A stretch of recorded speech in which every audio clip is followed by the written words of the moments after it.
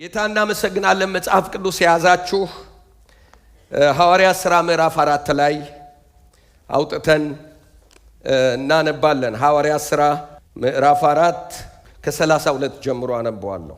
ያመኑትም ሕዝብ አንድ ልብ አንዲትም ነፍስ ነበራቸው።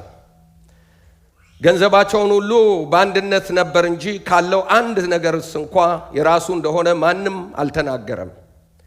ሐዋርያትም የጌታን የኢየሱስ ክርስቶስን ትንሣኤ በታላቅ ኃይል ይመሰክሩ ነበር። በሁሉ ላይ ታላቅ ጸጋ ነበረባቸው። በመካከላቸው አንድስ እንኳ ችግረኛ አልነበረም። መሬት ወይም ቤት ያላቸው ሁሉ እየሸጡ የተሸጠውን ዋጋ ያመጡ ነበርና በሐዋርያትም እግር አጠገብ ያኖሩ ነበር። ማናቸውም እንደሚፈልግ መጠን ለእያንዳንዱ ያካፍሉ ነበር። ትውልዱም የቆጵሮስ ሰው የነበረ አንድ ሌዋዊ ዮሴፍ የሚሉት ነበር። እርሱም በሐዋርያት በርናባስ ተባለ። ትርጓሜም የመጽናናት ልጅ ነው። እርሻም ነበረውና ሸጦ ገንዘቡን አምጥቶ ከሐዋርያት እግር አጠገብ አኖረው። ምዕራፍ 5 ሐናንያ የተባለ አንድ ሰው ሰጲራ የተባለች ከሚስቱ ጋር መሬት ሸጠ። ሚስቱም ደግሞ ስታውቅ ከሽያጩ አስቀረና እኩሌታውን አምጥቶ በሐዋርያት እግር አጠገብ አኖረው።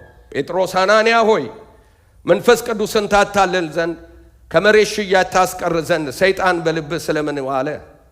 ሳትሸጠው ያንተ አልነበረምን? ከሸጥከውስ በኋላ በስልጣንህ አልነበረምን? ይህ ነገር ስለምን በልብህ አሰብህ? እግዚአብሔርን እንጂ ሰውን አልዋሸህም አለው።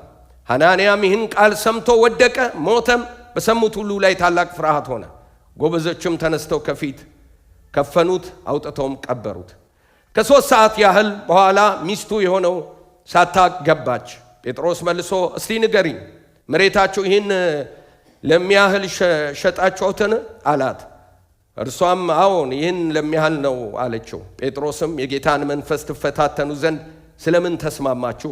እነሆ ባልሽን የቀበሩት ሰዎች እግር በደጅ ነው፣ አንቺንም ያውጡሻል አላት። ያን ጊዜ በእግሩ አጠገብ ወደቀች፣ ሞተችም። ጎበዞችም ሲገቡ ሞታ አገኟት። አውጥተውም በባሏ አጠገብ ቀበሯት። በቤተ ክርስቲያን ሁሉና ይህንን በሰሙ ሁሉ ላይ ታላቅ ፍርሃት ሆነ ይላል። አርስቴ በመከራ ማፍራት የሚል ነው። መከራና ማፍራት አይገናኝም። መከራ በራሱ ሰክሰስን ለማጥፋት ነው የሚመጣው፣ ለማጨንገፍ፣ ነገሮችን ለመግታት፣ ሊሚት ለማድረግ ነው። በጣም የሚገርመው ደግሞ ቤተ ክርስቲያን አንድ ቀንም ከመከራ ውጭ ሆነ አታውቅም። እና ጌታ ኢየሱስ ክርስቶስ ራሱ ምንድነው ያለው? በማቴዎስ ምዕራፍ 16 ቁጥር 18 ላይ ቤተ ክርስቲያኔን በዚህ ዓለት ላይ መሰርታለሁ። የማን ደጆች ይላል? የገሃነብ ደጆች። ተመልከቱ፣ ገሃነብ የተጠቀሰው ተጻራሪ ሆኖ ስለቆመ ነው በቤተ ክርስቲያን ላይፍ በሙሉ። ቤተ ክርስቲያን ይሄ ግንቡ አይደለም፣ ሕንፃው አይደለም። ቤተ ክርስቲያን እያንዳንዳችን ደን ህብረቱ ነው፣ አንድነታችን ነው። ስለዚህ ቤተ ክርስቲያን በዛ ዘመን ይሄንን ያነበብኩላችሁን ቃል በታላቅ መከራ ውስጥ ነበረች። ቤተ ክርስቲያንም ብቻ አይደለችም፣ እስራኤል በራሷ በመከራ ውስጥ የነበረች ናት። መጽሐፍ ቅዱስ ይነግረናል። ዘጸአት ምዕራፍ 1 ላይ ፈርዖን እስራኤላውያኖችን ጨቆነ። በመከራ ደግሞ ምን አደረጋቸው? መከራ አበዛባቸው። ለምን? እንዳይወጡ እንዳይበዙ፣ ባስጨነቋቸው መጠን በዙ ይላል። ተመልከቱ፣ እነሱ ፕላን ያደረጉባቸው እንዳይበዙ ነው፣ እንዳያፈሩ ነው፣ እንዳይወጡ ነው። ግን ጥሪያቸው ደግሞ መብዛትና ማፍራት ነው፣ መውጣት ነው። ስለዚህ አልቻሉም።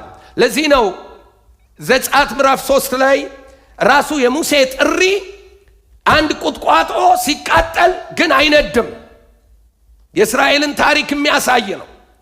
በእሳት ውስጥ እየነደዱ ናቸው፣ ነገር ግን ምን አይሉም፣ እሳቱ አይበላቸውም። ተመልከቱ፣ የቤተ ክርስቲያን ሕይወት ይሄ ነው።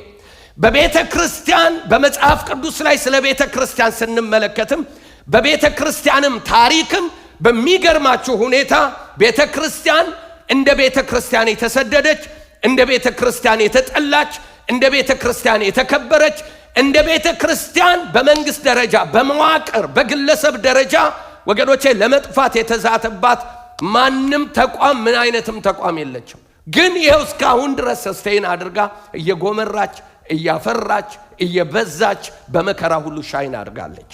ሃሌሉያ። ስለዚህ በመከራ ውስጥ ምን ማለት ይቻላል? ማፍራት እንደ ቤተ ክርስቲያን፣ እንደ ቤተሰብ፣ እንደ ግለሰብ በቤተ ክርስቲያን ውስጥ መሳካት በመከራ ውስጥ መሳካት ይቻላል። ተመልከቱ፣ በመከራ ውስጥ መውጣት ይቻላል። ሻይን ማድረግ፣ ማፍራት፣ መጎምራት ይቻላል ማለት ነው። ይህንን ነው የሚያሳየን ምዕራፍ 4። ምዕራፍ 4 በጣም የሚገርማችሁ ነገር ያ ክርስቶስ ላይ የነበረው ጥላቻ ባለፈው ሳምንት ነግሬያችኋለሁ። ምዕራፍ 5 ላይ አለመግባባቶች ተፈጠሩ። እየጦዘ ነገሩ እየባሰበት ክርስቶስን መስቀል ላይ ወስዶ ምን አደረገው? ገደለው። ያ ጥላቻ እዛ ላይ አልቆመም። ከተነሳ በኋላም ዋሹበት። የትንሣኤ አምላክ ከተነሳ በኋላ ያንኑ መረጃ፣ ያንኑ መልእክት፣ ያንኑ ባለቤትነት የመጣበትን ጉዳይ ለሐዋርያት ሰጠ። ስለዚህ ምን ሆነ? መከራው እየባሰበት መጣ። ስለዚህ ምን አደረጉ? በጊዜው የነበሩት ነገስታቶች፣ ግለሰቦች፣ የሃይማኖት ሰዎች በተቋም ደረጃ በግለሰብ ደረጃ ቤተ ክርስቲያንን ማሳደድ ጀመሩ። ጳውሎስ የተገኘው በመከራ ውስጥ የተገኘ ፍሬ ነው። በሰው መስዋዕትነት ውስጥ የተገኘ ጀግና ሰው ነው። ጌታ ኢየሱስ ክርስቶስ ማርኮት ማለት ነው። ስለዚህ ቤተ ክርስቲያን ውጫዊና ውስጣዊ ተግዳሮት አለባት። ውስጣዊ ተግዳሮት አለባት፣ ውጫዊ ተግዳሮት አለባት። ውጫዊ ተግዳሮቷ ተቃዋማዊ ነው።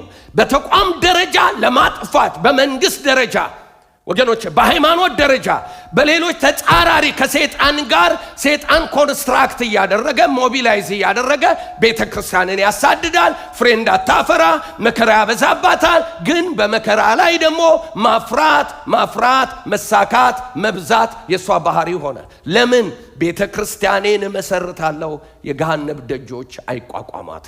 ኢየሱስ ጌታ ነው። መስራቹ ኢየሱስ ነው ወገኖች። አለቱ ራሱ ኢየሱስ ነው። ምንድነው ኔቸሯ? የመጥፋት ኔቸር የለባትም ወገኖች። ኔቸሯ ማንነቷ እንትን የሚል አይደለም፣ የሚጨነግፍ አይደለም፣ የሚሞት አይደለም። ፐንትሬት አድርጎ ጥሶ የሚሄድ ኔቸር ነው ያላት። ኔቸሯ ብቻ አይደለም፣ የተቀመጠችበት የተሰራችበት ቦታ አለት ነው። አለቱ ደግሞ ማን ነው? ክርስቶስ ነው። ጌታ ይባረክ። ወንዝ ቢመጣ፣ ጎርፍ ቢመጣ፣ መከራ ቢመጣ፣ ችግር ቢመጣ ምን አይልም ማለት ነው። አይነቀንቃትም። ለምን? ኔቸሯ ያን ስለሆነ ማለት ነው ወገኖቼ።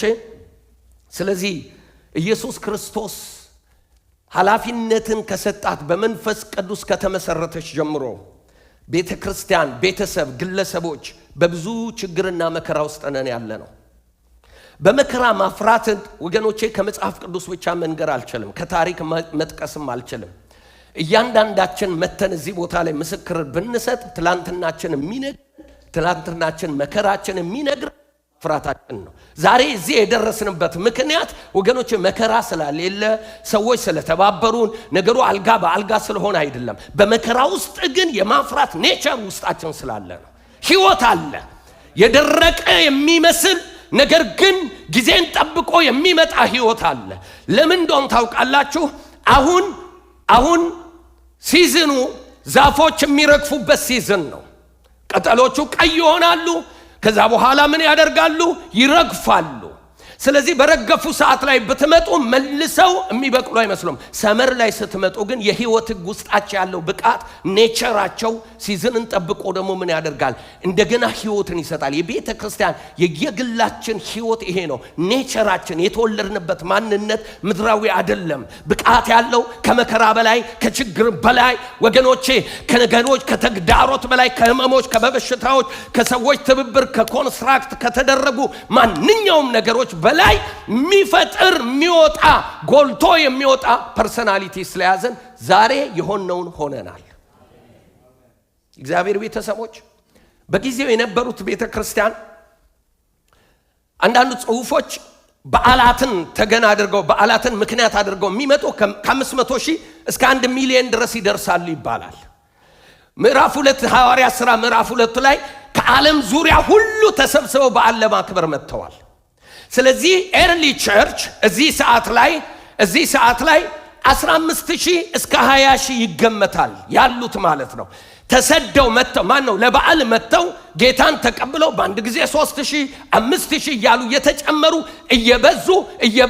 እየበዙ በጣም ይገርማል። በእውነት ነው የምላችሁ ሜጋ ቸርች አንዳንድ ጊዜ በዚህ ሰዓት ላይ በጣም ትልልቅ ቸርቾች ጥሩ አይደሉም፣ ሰው ሲበዛ ችግር አለ የምንለው ነገር አለ። ነገር ግን የእግዚአብሔር ቤተሰቦች አንድ ነገር ልንገራችሁ፣ ቤተክርስቲያን በትክክለኛ አቋሟና ማንነቷ ቁመናዋ ላይ ካለች የህዝብ መብዛት መከፋፈልን በውስጡ አይፈጥርም። ለመከፋፈል ሁለት ሰው በቂ ነው። ሁለት ሰው ባለበት መከፋፈል ሰው ይችላል። ለምን? ግለኝነት በኋላ እናየዋለን። የምንመለከተው በዚህ መንገድ ነው። ተመልከቱ፣ በዚህ ሴቲንግ ውስጥ ነው እነኚህ ሰዎች ይሄ ምዕራፍ 4 የሚነግረን ማለት ነው። ይሄን ያህል ብዙ ናቸው። አንዳንዶቹ ተመልሰዋል። ንብረት ቤተሰብ ያላቸው የመመለስ አቅም አላቸው። ነገር ግን የነበረው ሪቫይቫልና አትሞስፌር ብዙዎቹን እዛ እንዲቆዩ አድርጓቸዋል። ስለዚህ መታቀፍ ነበረባቸው። የሌሎቹን ሸክም መሸከም ነበረባቸው። ሌሎች ተካፈሉ፣ ሸጠው አመጡ፣ ሁሉ በጋራ ነው የሚሉበት መንገድ ሴቲንጉ ነበረ። ግዴታ ወደዛ ትብብር ውስጥ የሚያመጣ የእግዚአብሔር መንፈስ አንድነት ነበረ የእግዚአብሔር ቤተሰቦች። ስለዚህ በዚህ ሴቲንግ ውስጥ ተግዳሮታቸውን እናያለን። ከዛ በኋላ ደግሞ ምናቸውን እንመለከታለን። ተግዳሮታቸውን ብቻ አይደለም ጥንካሬያቸውን ደግሞ እንመለከታለን። ከዛ ውጤታቸውን ቶሎ ብለን እናይና እንጨርሳለን። የመጀመሪያው ነገር ተግዳሮታቸው ምንድነው ነው? ተግዳሮታቸው ተመልከቱ። እዛው ላይ ምዕራፍ 4 ላይ የሚጠቅሰው ነገር አለ። ተመልከቱ፣ ሁለት ሰዎችን ከህዝብ ያወጣና ምን ያደረጉ? ተካፈሉ፣ አብረው ኖሩ፣ መሰከሩ፣ አንድ ነበሩ ይላል። አንድነት ተመልከቱ። አንድነታቸው የመጀመሪያ ጥንካሬያቸው ነው። በኋላ አወራዋለሁ ስለ ጥንካሬያቸው ሳወራ። ነገር ግን የአንድነታቸው ቤኔፊት ደግሞ የአብሮነታቸው ቤኔፊት ጥቅማቸው ደግሞ አለ። ስለዚህ ተግዳሮቱ የሚመጣው አንድነታቸውን ለማፍረስ ነው ወገኖቼ። ጥንካሬያቸው የሚመጣው አንድነታቸውን ለመጠበቅ ነው።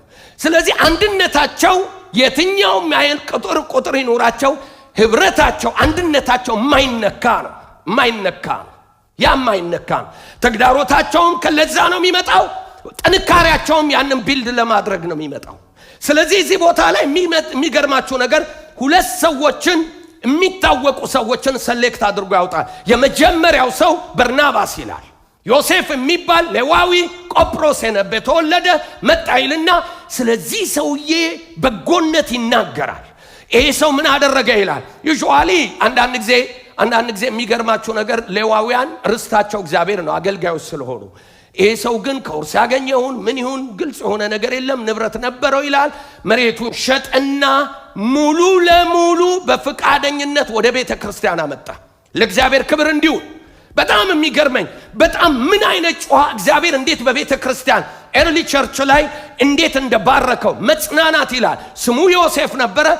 አብያተ ክርስቲያናት ማነው? ሐዋርያት በርናባስ አሉት። የመጽናናት ልጅ ማለት ነው። ስታዩት ያጽናናል። ከጳውሎስ ጋር ያለው ነገር እንደገና ምዕራፍ 11 ላይ ሄዶ ህዝቡን ያስተምር ነበር፣ ያጽናና ነበር። በጣም ፊገር ነበረ በመጀመሪያዋ ቤተ ክርስቲያን ውስጥ በርናባስ አመጣና ሙሉ ለሙሉ ምን አደረገ ይላል? እንዳለ ገብቶ ሰጠ ይላል። ከሰጠ በኋላ የሚገርማችሁ ነገር አልተቆጣጠረም። ልብ በሉና አስምሩ።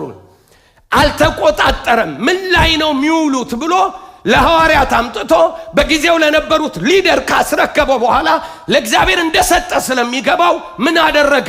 በቃ እንደማንኛውም ተራ ሰው ነው እዛ መካከል የተቀመጠው። ገንዘቤን አምጥቻለሁ ብሎ ቦታ አልፈለገም። ሞቲቭ ንጹህ ነበረ። የሚገርማችሁ ነገር እሱ ብቻ አይደለም። ለመቆጣጠር ምን ላይ ነው የሚያውሉት ብሎ ለመቆጣጠር ሙከራ አላደረገም። በፍጹም ሞቲቭና ፍላጎት ለአምላኬ ቤት ብሎ ለእግዚአብሔር ቤት ብሎ ያለውን ሁሉ ሸጠና የሌላውን ለመካፈል ራሱን እንዳስቀመጠ ሉቃስ በዓላማ ነው የሚያስቀምጠው። በዓላማ ነው የጻፈው። እግዚአብሔር ቤተሰቦች ከበርናባስ ዘሎ ወደ ተግዳሮት ይገባል በቀጥታ። መጽሐፍ ቅዱስ ጸሐፊዎች ምዕራፍ 1 ምዕራፍ 2 ለው ነው የጠቀሱልን። ሉቃስ ግን እንደ ስድ ንባብ ቀጥታ ነው ያመጣው። ለምሳሌ ምዕራፍ 4 ላይ ቁጥር 37 ብሎ አይደለም፣ ቁጥር 37 ለው ነው የሚጨርሰው። ሉቃስ ቁጥርና እንትን ምዕራፍ የሰጡት እነሱ ናቸው። በቀጥታ በርናባስን ከነገረን በኋላ ሐናንያና ሰጲራ ብሎ ይነግረናል። ሁለት ባልና ሚስት ታዋቂ ናቸው በቸርች ውስጥ። መጽሐፍ ቅዱስ ስምን ጠቅሶ ካወራ የታወቁ በዛ ዘመን ባሉ ሰዎች መካከል የታወቁ ሰዎች ናቸው ማለት ነው። ዕውቅና ነው የሚሰጣቸው፣ ይታወቃሉ ማለት ነው። ስለዚህ እነኚህ ሰዎች ምናልባት አገልጋይ ይሆኑ፣ ምናልባት ፊት ወንበር ላይ ያሉ ሰዎች ይሆኑ አልገባንም። ነገር ግን የሚታወቁ ሰዎች ናቸው። እነኚህ ሰዎች ሕዝብ ሁሉ የሚገርማችሁ ነገር የአምላኬ ቤት እያለ ገንዘቡን ሲያመጣ በቅንነት ሲሰጥ እነ በርናባስ ሲሰጡ የሚገርማችሁ እነኚህ ሰዎች ተመካከሩ። ለምን አንሰጥም አሉ። ኦኬ ሁለቱም አንድ ላይ ነው የተመካከሩት። ተግዳሮቱ የመጀመሪያው ተግዳሮት ምንድን እንደሆነ ታውቃላችሁ? ራስ ወዳድነት። ራስ ወዳድነት የህብረት ጠንቀኛ ተግዳሮት ነው። እኔነት ወገኖቼ፣ እኔነት ጽንፍ ሲይዝ፣ ራስ ወዳድነት ጽንፍ ሲይዝ፣ ግለኝነት ጽንፍ ሲይዝ የአንድነት ጸር ነው። ሰዎች ከራሳቸው ከተነሱ ህብረት ውስጥ ህብረት ተበጠበጠ አልተበጠበጠ ምንም ችግር የላቸውም። ጉዳያቸውን በህብረት ውስጥ ነው ማስፈጸም የሚፈልጉት። ልብ በሉ፣ በፖዚቲቭ መንገድ የሰው አቅም፣ የሰው ጥረት፣ የኛ ልዩነታችን በጣም ይጠቅማል። ያንን ግን ፕሮፐርሊ ለህብረት መጠቀም ስንችል ነው። ከህብረት አንጻር ስንነሳ ነው ጠቃሚ የሚሆነው። ጌታ መጽሐፍ ቅዱስ አንድ አይነት እንድንሆን አልጠራንም፣ አንድ እንድንሆን ነው የጠራን። እነኚህ ኳይሮች እዚህ ቦታ ላይ አንድ አይነት አይደሉም። አንድ ሆነው ነው እዚህ ቦታ ይዘመሩልን። ተመልከቱ፣ የራሳቸው ፖቴንሻል አላቸው፣ መልክ አላቸው፣ አሻራ፣ ፍላጎት፣ ዘር፣ ጥሩልኝ ስታተስ፣ ብዙ ጸጋ እግዚአብሔር የሰጣቸው ነገር አለ። ያንን አንድ ላይ አምጥተው ለእግዚአብሔር ክብር ለአካሉ ጥቅም ካላዋሉትና ግለኝነት ካመጣባቸው ወገኖቼ እንደልብሳቸው አይሆኑም። ስለዚህ የየራሳችን ያ የተሰጠን እግዚአብሔር የሰጠን ማንነትን ለህብረት ጥቅም ካላዋል ነው ወገኖቼ አደጋ አለው። በንጽጽር ልመልከት። በርናባስ ገንዘብ አለው፣ በጣም አሪፍ። ግን ምን አደረገ? ከግል ጥቅሙ ይልቅ ለእግዚአብሔር ቤት ክብርና ጥቅም ብሎ አምጥቶ ለጋራ ጥቅም አደረገ። ለዚህ ነው ተዋናዮች ኢንዲቪጁዋልስ ተዋናዮች ናቸው ይላል። ህብረት ግን መድረክ ነው ይባላል። ለምን እንደሆነ ታውቃላችሁ? ያላችሁን አቅም ህብረት ውስጥ መታችሁ፣ መድረኩ ህብረት ላይ መታችሁ ለጋራ ጥቅም ካላወላችሁት ብቻችሁን ብቸኛ ናችሁ። ስለዚህ ቤተ ክርስቲያንን ሲሰራ እግዚአብሔር በአንድነት ነው ሴታፕ ያደረገው፣ በአካልና በብልት አድርጎ ያስቀመጠው። ለዛ ነው ቤተ ክርስቲያንን። ስለዚህ ምን ይሆናል መሰላችሁ? ያ ለአካሉ ግንባታ አምጥቶ ሲሰጥ እነኚህ ደግሞ ከግላቸው ጀመሩና እንስጥ፣ ከዛስ በኋላ እናስቀርና እንስጥ። በጣም የሚገርማቸው ነገር የእነኚህ ሰዎች ማስቀረት አይደለም ኃጢአታቸው፣ ማስቀረታቸው አይደለም፣ ወይንም ግማሹን መስጠታቸው አይደለም፣ ወይንም አለመስጠታቸውም አይደለም። መብት አላቸው፣ ያለመስጠት መብት አላቸው፣ ግማሹን የመስጠት መብት አላቸው። ነገር ግን የሰጡበት ሞቲቭ ወገኖቼ ምንድነው ስትሉ ኢሜጅ ግንባታ ነው፣ እኔነት ያለበት ነው፣ ገጽታ ለመገንባት ነው፣ ለማታለል ነው። ጴጥሮስ በቀጥታ የተቃወመው ሰይጣን ይሄንን ሐሳብ ሲያስገባባችሁ። ለካ አንዳንድ ጊዜ ጉድ አይዲያ የሚመስል ነገር ለካ ጠላት ጠቆም ያደርገናል። እግዚአብሔር ቤተሰቦች ትዝ ይላችኋል፣ ጴጥሮስን እንደዚህ ነው ያለው። የሰው ልጅ ወደ መስቀል ይሄዳል ብሎ ስለ መከራው ሲናገር ጴጥሮስ እንደዚህ አለው፣ ኧረ አይሁንብህ አለው። አንተ ሰይጣን ከዚህ ሂድ፣ የሰውን እንጂ የእግዚአብሔርን ምን አትፈልግም አለው። ምንድነው በዛ መካከል ጴጥሮስ የሰራው? አትሙት ነው፣ አይሁንብህ ነው። በመገለጥ ነው ያገኘው ጌታ። ሰዋዊ ንግግር ጠቀሜታ ያለው የሚመስል ትዝ ይላችኋል፣ ይሁዳ ትዝ ይላችኋል። ይሄ ተሸጦ ለድሃዎች ይሰጥ አልነበረምን? የመነሻ ሐሳብ ሞቲቭ ከግል የተነሳ ጥቅምን የሚያማክል ራስ ተኮር የሆነ ጉዳይ እግዚአብሔር ይጠየፈዋል። በህብረት ውስጥ ተግዳሮት ግለኝነት ነው። የእግዚአብሔር ቤተሰቦች ግለኝነት ዩኒክነስ ልዩነታችን ለጋራ ካልተጠቀምነው ወገኖቼ ኔጌቲቭ ኢነርጂ አለው፣ የመበተን ኢነርጂ አለው፣ የማሰናከል ኢነርጂ አለው። ልብ በሉና ስሙ። ቤተ ክርስቲያን በዛ ዘመን በመንፈስ ቅዱስ ኃይል ሪቫይቫል ተነስቶ እየሄደች ነው ያለችው። በስኬት እየተራመደች ያለ እነኚህ ሰዎች መጥተው እርም ለማስቀመጥ ነው።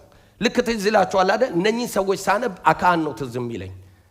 ኢያሱ በድል ያደረገ በሚሄድበት ሰዓት ላይ ገንዘብ አታሎት ድንኳን ውስጥ ገባ፣ ሰረቀ፣ እግዚአብሔር እርም ያለውን ወሰደ፣ ለራሱ አረገ። ምንድነው ስትል ግለኝነት። ለምንድነው የተሸነፍነው ሲባል አካን የሚባል ሰው ገንዘብ ወስዶ ደብቋልና አለ እግዚአብሔር። ከዛ ዕጣ ወጣበት፣ ሞተ።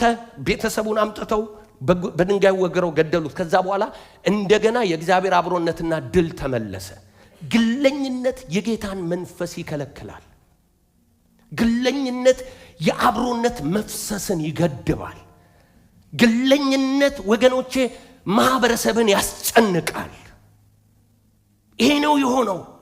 እነኚህ ሰዎች መጥተው አታለው ያንድን ነገር ለማድረግ አለመስጠት መብታቸው ነው። ማንም አላስገደደም። የግዴታ ጉዳይ አይደለም። የመብት የፍቅር ጉዳይ ነው። የፍቃደኝነት ጉዳይ ነው ወገኖቼ። ለምን? ዘመኑ አዲስ ኪዳን ስለሆነ። ብሉይ ኪዳን 100% ስጥ ይላል። አዲስ ኪዳን ግን ማነው? ብሉይ ኪዳን 10% ስጥ ይላል። ብሉይ ኪዳን ግን 100% ስጥ ይላል። አንተም የራስህ አይደለም፣ ገንዘብህም የራስህ አይደለም፣ ዕውቀትህም የራስህ አይደለም። ስለዚህ ከተሰጠ ህይወት ስጥ ይላል። ለምን? ብሉይ ኪዳን በህግ ነው የሚያስተዳድረው፣ አዲስ ኪዳን በፍቅር ነው የሚያስተዳድረው። አንዳንድ ሰዎች ስለ አስራት ስለ መስጠት ጉዳይ ሲያወሩ ይህ አዲስ ኪዳን ነው አስፈልግም ትምህርት የለም ምናምን ላለ መስጠት የተፈለገ ኮንስትራክት የተደረገ መረጃ እንጂ መጽሐፍ ቅዱስ በግልጽ ያንን አይናገርም። መጽሐፍ ቅዱስ የሚናገረው እንደውም ፍቅር በብዙ ይላል፣ በመቶ እጥፍ ይላል፣ በፍቅር ይላል፣ በደስታ ይላል። ለምን? በፍቅር ምላሽ የምንሰጥለትን አምላክ ነው የምንጠቀመው የምናገለግለው የእግዚአብሔር ቤተሰቦች። ስለዚህ እነኚህ ሰዎች ማንም አላስገደዳቸውም። በግዳጅ አይደለም፣ በፍቅር ነው። ያንን ማድረግ ይችሉ ነበር። ግን ምን አደረጉ? ያንን አደረጉ ተመካክረው፣ ፕላን አድርገው። በጣም ሁሉን እንደሰጠ ሰው ከተሰጠው ጋር ሁሉም ራሳቸውን ከሰጡት ጋር አብረው ለመሆን ኢሜጃቸውን ለመገንባት ምንድን ያደረጉት? እንደሰጠ ሰው አክት ለማድረግ ሲሉ ጴጥሮስ መንፈስ ቅዱስ በጴጥሮስ ውስጥ አገኛቸው። አንዱ ተግዳሮታቸው ግለኝነት ነበር ወገኖቼ። ሁለተኛው ተግዳሮታቸው ምዕራፍ 6 ላይ ሄደን እናንብብ። ምዕራፍ 6 እንደዚህ ይላል። ሁለተኛው ተግዳሮታቸው ለአንድነታቸው ተግዳሮታቸው ምን እንደሆነ ታውቃላችሁ? ለወገኔ ይጠቅማል ማለት። ደቀ መዛሙርት ቁጥር እየጨመረ በሄደበት በዚህ ወቅት ከግሪክ ሀገር የመጡ አይሁድ በይሁዳ ይኖሩ በነበሩት አይሁድ ላይ አጉረመረሙ። ምክንያቱም በየዕለቱ በሚከናወነው ምግብ የማደል አሰራር ላይ ከነርሱ ወገን የሆኑት መበለቶች ችላ ተብለው ነበር። ስለዚህ 12 ሐዋርያት ሌሎችን ደቀ መዛሙርት በአንድነት ሰብስበው እንዲህ አሉ፣ እኛ የማዕዱን አገልግሎት ለማስተናገድ ስንል የእግዚአብሔርን ቃል አገልግሎት መተው አይገባንም። ስለዚህ ወንድሞች ሆይ ከእናንተ መካከል የተመረጡትን ልብ በሉ። የከፋፈሉት ስጋዮች ናቸው። የወገኔ ይጠቅማል ብለው ሲያድሉ የነበሩት ስጋውያን ናቸው። ቤተ ክርስቲያን ውስጥ ፕሮፐርሊ መስራት የሚችሉት በመንፈስ ቅዱስ የተሞሉ ለእግዚአብሔር ልባቸውን የሰጡ ሰዎች ናቸው። ቤተ ክርስቲያን ውስጥ ጤናማ ሆነው መቀጠል የሚችሉት።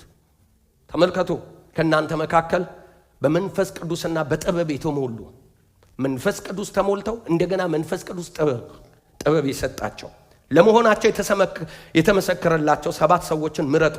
ይህን ኃላፊነት ለእነሱ እንሰጣለን። ልብ በሉና ስሙ። ጴጥሮስ ያለው ይሄንን ነው። እኛ ቃልና በጣም ሪቫይቫል ነው። በጣም የእግዚአብሔር ቃል ይነገራል፣ ትንሣኤ ይነገራል። በዚህ መካከል አንድ እንቅፋት ተፈጠረ። የሐዋርያትን ስራ ዲስትራክት የሚያደርግ ከዓላማቸው የሚያዘገይ እንቅፋት የሚሆን ልክ የሚፈሰውን ውሃ ኩልል ብሎ የሚፈሰውን ውሃ እንደ መገደብ የሚያደርግ ነገር ተመጣ። የሚከፍላቸው ሌላ ሐሳብ ውስጥ የሚጫናቸው እነማ በዛ ሰዓት ላይ ያሉ ለወገኔ ይጠቅማል ብለው የሚያገለግሉ እየመረጡ የሚያገለግሉ በግሩፕ የሚያገለግሉ ልብ በሉና ስሙ። በጣም አስጠያፊ ቤተክርስቲያንን የሚያቆም የእግዚአብሔር ቤተሰቦች ክርስቶስ እኔ ሁሉ ጊዜ እላለሁ በቡድን በዘር በጎጥ በጎሳ መምጣትና ቤተክርስቲያን ውስጥ ማወክና ማስጨነቅ የክርስቶስን ደም በቀጥታ ማክፋፋት ነው። ለምን ስትሉ ክርስቶስ ደሙን ያፈሰሰበት ምክንያት እንደ አሕዛብና እንደ አይሁዳውያኖች ወገኖቼ ጸበኛ የሚናናቅ የማይፈላለግ የለም። ይህንን ጽንፍ የተያዘ አብረው የማይበሉ አብረው የማይኖሩ የሚናናቁ ሰዎችን ለማገናኘት ደምን አፍስሶ ቤተክርስቲያንን ኤፌሶን ላይ አንድ አድርጓል ይላል። ስለዚህ ጥል ምን ሆኗል ይላል ጳውሎስ? ሞቷል ይላል። ጥል ሞቷል። ምን አይነት ጥል? የዘረኝነት ጥል፣ የመናናቅ የጎሳ ጥል ምን ብሏል? ሞቷል። ስለዚህ ቤተክርስቲያን ውስጥ ይሄ ነገር የሚመጣው ከሞተበት ከመቃብር አንስተን ነው የምንጣለው ማለት ነው። በቀጥታ የክርስቶስን ዓላማ ነው የሚለው። ስለዚህ ለወገኔ ይጠቅማል ወገኖቼ። በዘመናት ሁሉ ቤተክርስቲያንን የተገዳደሩ እኔነትና ለወገኔ ይጠቅማል ብሎ ማድላት ማለት አድሎ፣ ማግለል፣ መጥቀም፣ ሌላውን በሌላ መንገድ ማየት፣ በስታተስ መመልከት፣ በዘር መመልከት፣ በግሩፕ በሰፈር ልጅ መመልከት፣ በጓደኝነት መመልከት። እዚህ ቤት ውስጥ ደሙ ይጠየፈዋል፣ መንፈስ ቅዱስ ይጠየፈዋል፣ ደስ አይልም። የእግዚአብሔርን ብርቱ ዓላማ ይቃወማል። የእግዚአብሔር ቤተሰቦች በፍጹም ይሄ ደግሞ ስጋዊነት ነው ምንም ይለን እኔነትና እነኝን ሁለት ነገሮች ሰይጣን ብቻ ሳይሆን እኛ ውስጣችን ያለው ማንነት ነው የሚያስቸግረን። ስለዚህ በመንፈስ ቅዱስ ኃይል ካልተያዘ፣ ካልተገራ፣ ካልታከመ ወገኖች ይነሳል። ወገኖች ልዩነታችን ውበት ነው። ያለን ስታተስ ያለን ዘር በጣም አክብረን እንይዘዋለን። ነገር ግን ከዛ ላቅ ያለ ህብረት አለ። በደሙ የተዋጀንበት ቢግ ፋሚሊ የክርስቶስ ደም የዋጀን አንድ ያረገን ሰማይ ድረስ ይዞን የሚሄድ ዘላለም ጉዳይ መንፈስ ቅዱስ ያተመን ልጁ የሞተበት ህብረት አንድነት ጉዳይ ዋስትና አለው የእግዚአብሔር ቤተሰቦች። ስለዚህ ተግዳሮታቸው ይሄ ነበረ። ቃሉን እንድንማር እንድናስተምር ምን ሆናችሁብናል? ጋሬጣ ሆናችሁብናል። ስለዚህ በፍጹም እኛ ይሄንን ማድረግ አንችልም። ምረጡ ጥበበኞችን። በመንፈስ ቅዱስ ሲሞሉ ሰዎች ሰውን እኩል ማየት ይጀምራሉ። በመንፈስ ቅዱስ ሲሞሉ ሰዎች መነጽራቸው ይለያል። ልባቸው የክርስቶስ ልብ ይሆናል። ከስታተስ በላይ ያያሉ፣ ከዘር በላይ ያያሉ፣ ከመልክ በላይ ያያሉ። የእግዚአብሔር ቤተሰብ ከገንዘብ በላይ ያያሉ። ስለዚህ ተግዳሮቱ ምንድነው? አንደኛው እኔነት፣ ሁለተኛው ለወገኔ ይጠቅማል የሚል ነበር ተግዳሮቱ። እና በምንድነው ይሄን ተግዳሮት የተቋቋሙት? የመጀመሪያ የሚገርማችሁ ታዲያ ጥንካሬያቸው ከምንም በላይ ኢየሱስን አልቀውታል። ኢንዲቪጁዋሊ ለክርስቶስ ያላቸው ልብ ከቤታቸው ከራሳቸው ጉዳይ ከዘራቸው የመጡት ከዓለም ዙሪያ ነው ወገኖቼ። የመጡት ከዓለም ዙሪያ ነው። ተመልከቱ። የተለያየ ባክግራውንድ ነው ያላቸው፣ የተለያየ ሃይማኖት ነው ያላቸው፣ የተለያየ አመለካከት ነው ያላቸው። አንዳንዱ ከገጠር ሪሞት ስፍራ መጥቷል፣ አንዳንዱ ከትልልቅ ከተማ መጥቷል፣ አንዳንዱ ሮማዊ ነው። በጣም ሮማዊነት ዜጋ ማለት በጣም በጊዜው ትልቅ ዜግነት ነው። አንዳንዱ ደግሞ ሌላ ነው የማይታወቅ። አንድ ላይ ግን ካለበት ስታተስ በላይ ከፍ አድርገው ኢየሱስ ክርስቶስን ለማላቅ ልባቸውን ሰጥተዋል። ኢየሱስ ቋንቋቸው ነው። ኢየሱስ ሀብታቸው ነው። ኢየሱስን የሚለካ የሚያስነካ ነገር ምን አይሉም፣ አይሰሩም። ጥንካሬያቸው ይሄ ነው። አንድ ያደረጋቸውን ነገር ምን አላሉም? አልነኩም፣ አላስነኩም። አንድ ያደረጋቸው ደግሞ ምንድነው ስትሉ ኢየሱስ ክርስቶስ። ወገኖቼ እኛ እዚህ ቦታ ላይ የተገናኘንበት ስም ኢየሱስ ይባላል። ይሄ ስም ማንነታችን ነው። ይሄ ስም መኖሪያችን ነው። ይሄ ስም ዘላለምን መውረሻችን ነው፣ ታርጋችን ነው፣ መለያችን ነው።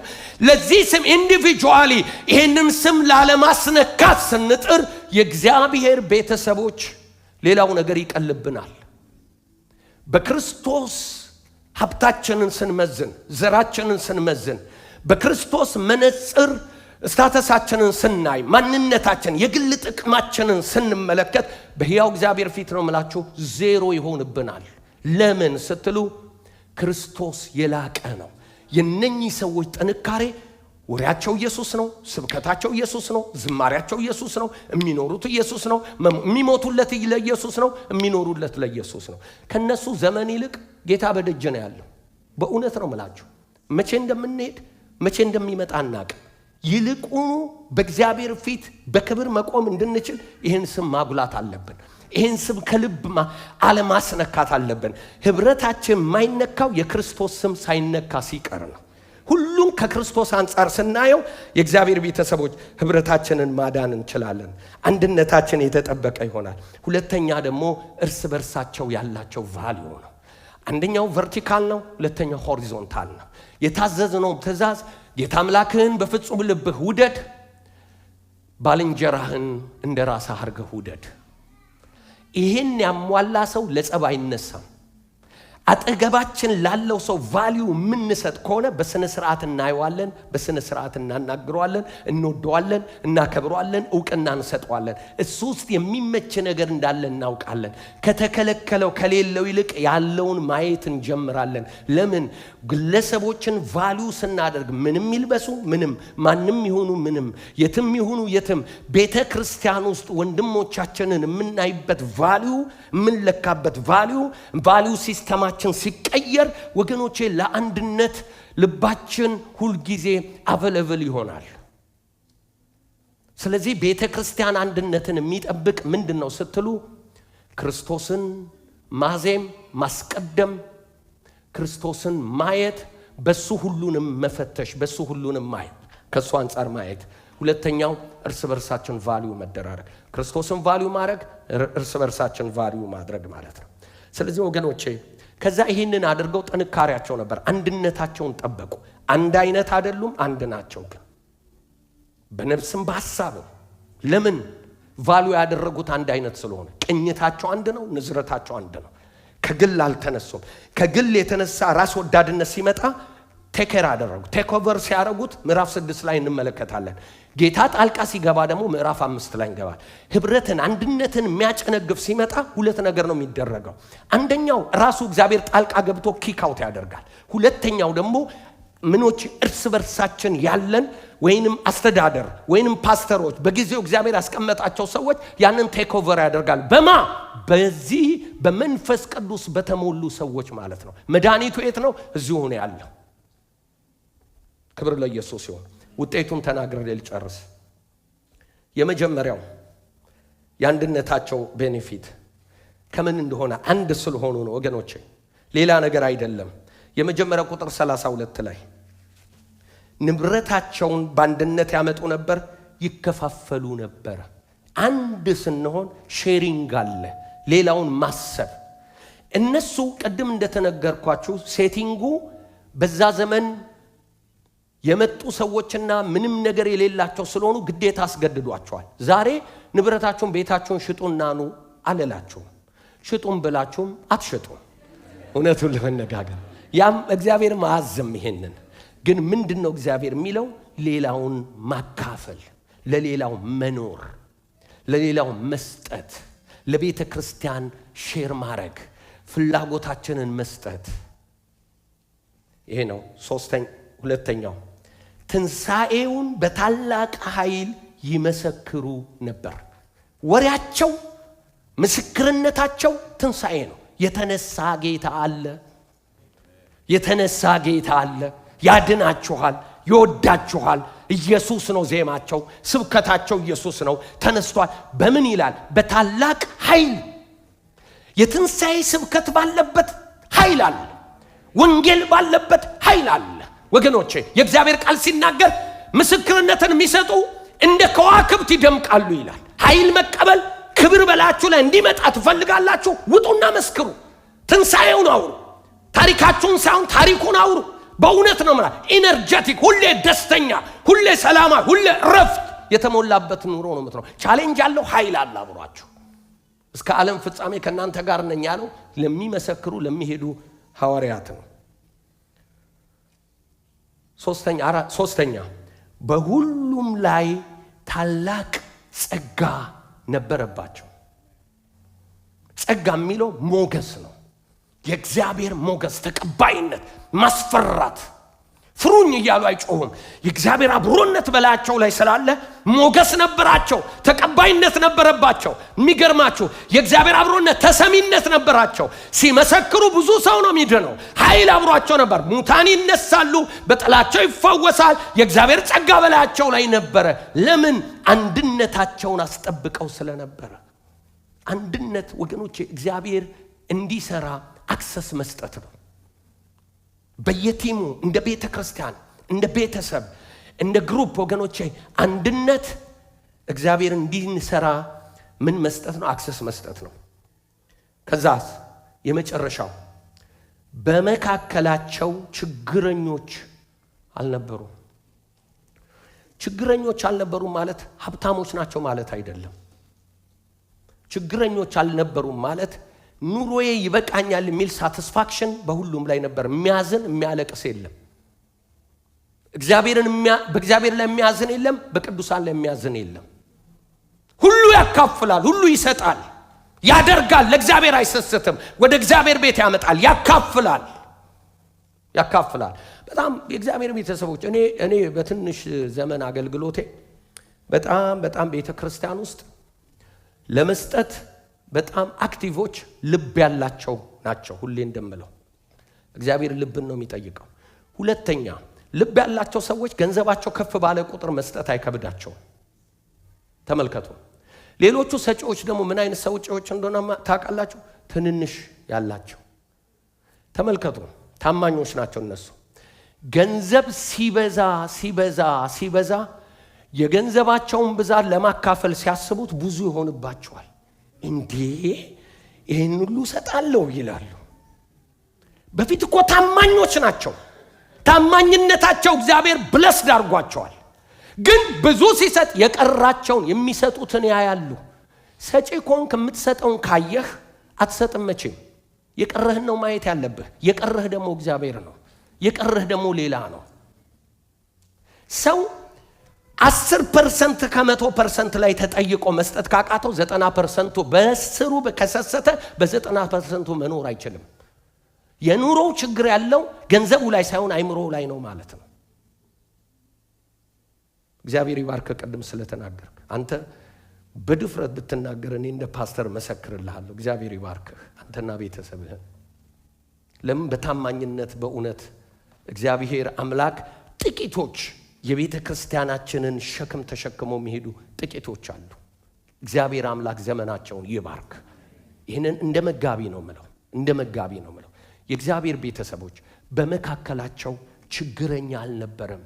ለምንድን ነው ያልኖረው? ያካፍሉ ነበር፣ ይሰጡ ነበር፣ ሌላውን ያስቡ ነበር፣ ለሌላ ይኖሩ ነበር። አንድነታቸው ያ ነበረ። እግዚአብሔር ቤተሰቦች ጨረስኩኝ። በመከራ ውስጥ ማፍራት ይቻላል። ማፍራት የሚቻለው የመጀመሪያው ጥንካሬያችን አንድነታችንን ጠብቀን ስንሄድ ነው። ሁለተኛው ወገኖቼ ኢየሱስን ስናልቅ ነው። ሶስተኛው እርስ በርሳችን ቫልዩ ስንሰጥ ነው።